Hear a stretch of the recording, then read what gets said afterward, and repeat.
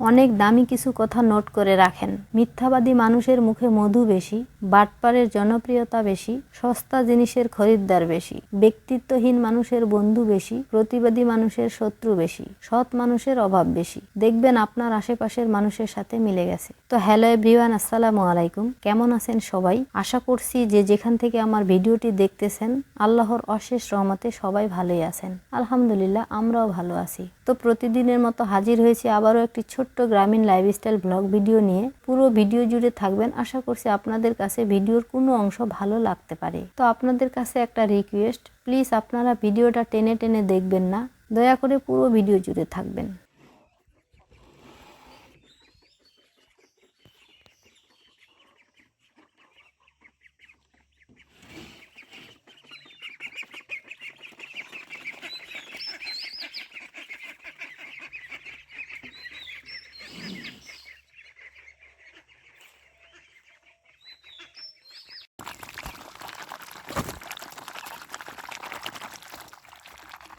তো আমাদের প্রতিদিনের কাজের অংশ কিন্তু হাঁস, মুরগি, গরু, ছাগল। কারণ হয়তোবা আমাদের বেঁচে থাকার উৎস বা আয়ের প্রধান উৎসই হচ্ছে বর্তমানে এই হাঁস, মুরগি, গরু, ছাগল আর হচ্ছে কৃষিকাজ। যেহেতু আমার হাজবেন্ড কোনো চাকরি করে না বা ব্যবসাও করে না, জানি না আপনারা এটা কতটুকু পছন্দ করতেছেন। তবে অনেক আপুদেরকেই দেখতেছি আমার এই পশুর প্রতি ভালোবাসাটা খুব পছন্দ করতেছেন। তো আপনারা খেয়াল করছেন কিনা জানি না, বড় হাঁসগুলো কিন্তু কালকেও পুকুর থেকে আসেনি। তো আজকে হচ্ছে মুড়ি ছিল না, তাই সকালে চাল ভেজিয়ে চাল ভাজা আর সাথে কিছু বিস্কুট ছিল, ওগুলো দিয়ে সকালে নাস্তা করে নিয়েছি।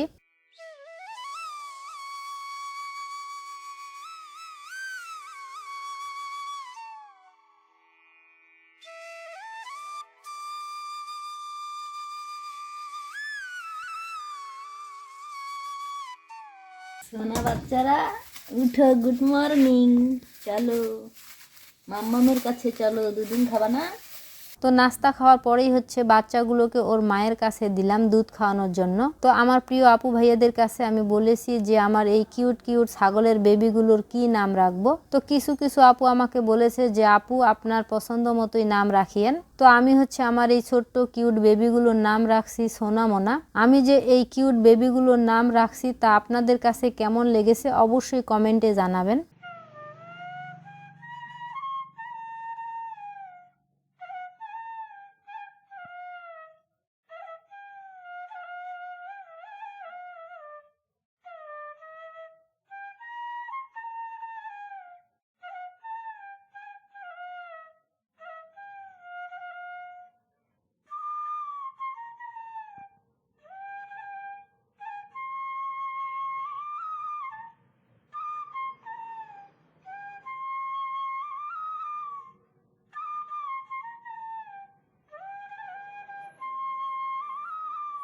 তো আমি আজকে এখানে রান্না করেছি হচ্ছে কলমি শাক ভাজি আর বাড়ির মুরগির ডিম ভুনা। যেহেতু রান্নাটা কমন তাই হচ্ছে আপনাদের সাথে শেয়ার করি নাই।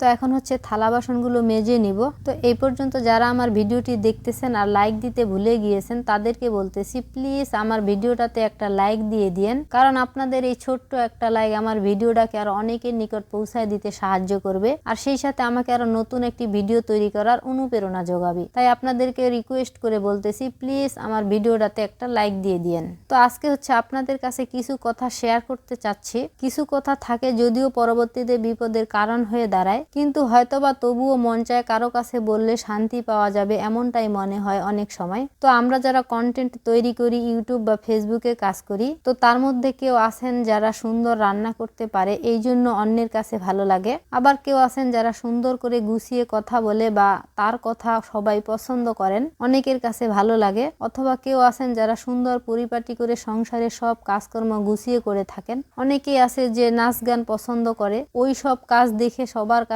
ভালো লাগে। কেউ আছেন যে কিছুদিন পর পর ঘরের ফার্নিচার বা কেনাকাটা খুব করে থাকেন, এটাও অনেকেই পছন্দ করে থাকেন। এমন আরো অনেক কাজ আছে যা এক এক কাজ এক একজনের কাছে ভালো লাগে থাকে। তবে আমি এখানে এসে একটা জিনিস বুঝেছি যে এই জগৎটা একটু অন্যরকম, কারণ এখানে অধিকাংশ মানুষ আনন্দ উৎসব বা হাই সোসাইটির মানুষকে সবাই সাপোর্ট করে বা পছন্দ করেন। গরিবী ভাবে চলাফেরা বা নিম্নবিত্ত মানুষকে কেউ সাপোর্ট করে না এবং পাশেও থাকতে চায় না, পছন্দও করে না। মানুষের কাছে বিলাসিতা জীবনযাপন পছন্দ, কেউ দুঃখের কাহিনী শুনতে চায় না। তো মন চায় অনেক কথা বলতে, কিন্তু ভাষা পাচ্ছি না প্রকাশ করার। তো যেটা বলতে চাচ্ছি যে আমার কন্টেন্ট তাহলে মানুষ কি দেখে পছন্দ করবে বা আমার কাছ থেকে কি শিখবে। তো এই জন্যই হচ্ছে আমি আপনাদের সাথে কিছু কথা শেয়ার করতে চাচ্ছি। যেহেতু আমি বিলাসিতা জীবনযাপন বা উন্নত মানের রান্না, কেনাকাটা ওসব কিছুই আমার কন্টেন্টে থাকে না, তাই আমাকে আমার মতো করেই হচ্ছে আমার কন্টেন্ট গুলো সাজাতে হবে। তো এই জন্য যদি আমি আমার জীবনের অনেক কথা আছে যা আপনাদের সাথে শেয়ার করতে চাচ্ছি,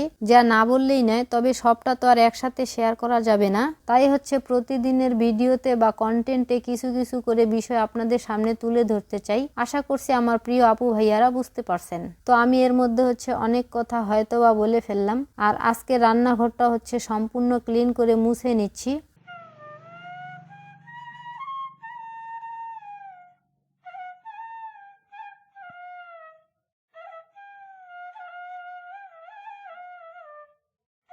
আজকের ভিডিওতে হেডলাইনে যে লেখাটা আমি লিখেছি ওই কথাটার বিশ্লেষণ সংক্ষিপ্ত ভাষায় এখন বলি। জ্ঞানীরা বলেছিলেন যে পৃথিবীতে সবচেয়ে সহজ কাজ হচ্ছে কাউকে পরামর্শ দেওয়া, আর হয়তোবা আমি সেটাই সবসময় করে থাকি, যেটার উদাহরণ আপনারা এখন নিজের চোখে দেখবেন। তো আমরা যেহেতু গরু পালন করি, এই জন্য গোবরটা তো সংরক্ষণ করতেই হবে, কারণ কৃষি কাজের জন্য এটা বিশেষ ব্যবহার হয়ে থাকে। এই জন্য হচ্ছে আমরা যে রাস্তার পাশে গোবরগুলো সংরক্ষণ করেছি ওই জায়গাটা হচ্ছে অন্য মানুষের, আমাদের না। যখন এখানে গোবরগুলো রাখা হয়েছিল আমি তখন খান সাহেবকে মানা করেছিলাম যে এই জায়গাটা রাখার দরকার নেই, যেহেতু মানুষের জায়গা কখন না কখন এটা সরাতে বলে। তখন কিন্তু খান সাহেব আমার কথা শুনেনি, উল্টা আমার সাথে রাগারাগি করতেছিল যে আমি এত দূরে গোবর রাখতে পারবো না, মানে আমাদের যেখানে জায়গা ওইটা হচ্ছে আমাদের বাড়ি থেকে একটু দূরে। তো উনি উনার মতো করে বুঝেছে যে আমাদের যেখানে জায়গা সেটা অনেক দূরে। উনি বলতেছে যে ডালা ভর্তি করে এত দূরে গোবর আমি নিতে পারবো না, আর ডালা ভর্তি করে গোবর দূরে নেওয়া একটু কষ্টসাধ্য, সেটা আমিও জানি। তারপরও যেটা পরে হবে সেটা আমি ওনাকে আগেই বলেছি যে কোনো এক সময় হয়তোবা এই গোবরগুলো আমাদেরকে সরাতে লাগতে পারে। ঠিকই আজকে সেটাই হচ্ছে। আমি এমন আরো অনেক কথা উনাকে সাবধান করে দেই, কিন্তু কথা শুনতে বা মানতেই চায় না। যখন এমন কষ্টের শিকার হয় তখন ঠিকই আমাকে বলে যে কেন যে তোমার কথা শুনি না। না শুনে আজকে বেচারা হচ্ছে প্রথমে ভিড়াটা খুঁড়ে নিল, একদিনে এই কাজটা করতে হচ্ছে। তো আমরা হচ্ছে যে জায়গাটায় হচ্ছে গোবর রাখি বা ছাই রাখি এটাকে ভিড়া বলে থাকি। আপনারা আপনাদের এলাকার ভাষায় কি বলেন অবশ্যই কমেন্টে লিখে যাবেন। তো ভুল করলে হচ্ছে এভাবে করে ভুলের খেসারত দিতে হয়। একটু ভুলের জন্য আজকে এই কাঁচা গোবরগুলো আবার সরাতে হলো। তো আজকের দিনটা খামাখাই হচ্ছে এই কাজে নষ্ট হয়ে গেল দুইজন মানুষের। খান সাহেব গোবরগুলো নিচ্ছে, এত ভর্তি ডালা তো উনি মাথায় তুলতে পারে না, আমি ওনাকে তুলে তুলে দিচ্ছি আর উনি নিয়ে যাচ্ছে। তো আজকে হচ্ছে প্রায় এখানে 120 ডালার মতো গোবর হয়েছে। তো আমার যেটা নেই আমি সেটা ব্যবহার বা দেখানোর চেষ্টা করি না। আমি এই বিষয়ে ছোটবেলা থেকে একটু অন্যরকম বা সচেতন। মানুষের যদি 1000 টাকা দামের জিনিসটাও আমার সামনে পড়ে থাকে আমি এটা কখনো ধরার চেষ্টাও করি না। তো এইটাই হচ্ছে খান সাহেবকে বুঝাতে চেয়েছিলাম যে আজকে যদি আমাদের জায়গায় কষ্ট করে শুরুতেই গোবরগুলো রাখতেন তাহলে আজকে কিন্তু ফাও কষ্টটা আর করতে হতো না। কষ্ট তো এখন ঠিকই করতে হলো, কিন্তু ডাবল খাটনি করতে হলো। তো মানুষ বলে না যে বউয়ের বুদ্ধি ধরা যাবে না। আচ্ছা, বউ যদি সৎ পরামর্শ দেয় তাহলে সেই পরামর্শ কি মানাটা খুব খারাপ? আপনারাই বলেন তো। তো আমার গ্রামীণ লাইফস্টাইল ব্লগ ভিডিওগুলি যদি আপনাদের কাছে ভালো লেগে থাকে তাহলে প্লিজ আপনারা আমার চ্যানেলটি সাবস্ক্রাইব করে আমার এই ছোট্ট পরিবারের সদস্য হয়ে যেতে পারেন। আর আপনি যদি কাজটি অলরেডি করে থেকে থাকেন তাহলে আপনাকে জানাই অসংখ্য ধন্যবাদ। আজকে এখানেই বিদায় নিচ্ছি, পরবর্তী ভিডিও নিয়ে নাও আসতে পারি, কারণ নিঃশ্বাসের কোনো গ্যারেন্টি নেই। সবাই ভালো থাকবেন আর আমাদের জন্য দোয়া করবেন। আল্লাহ হাফেজ।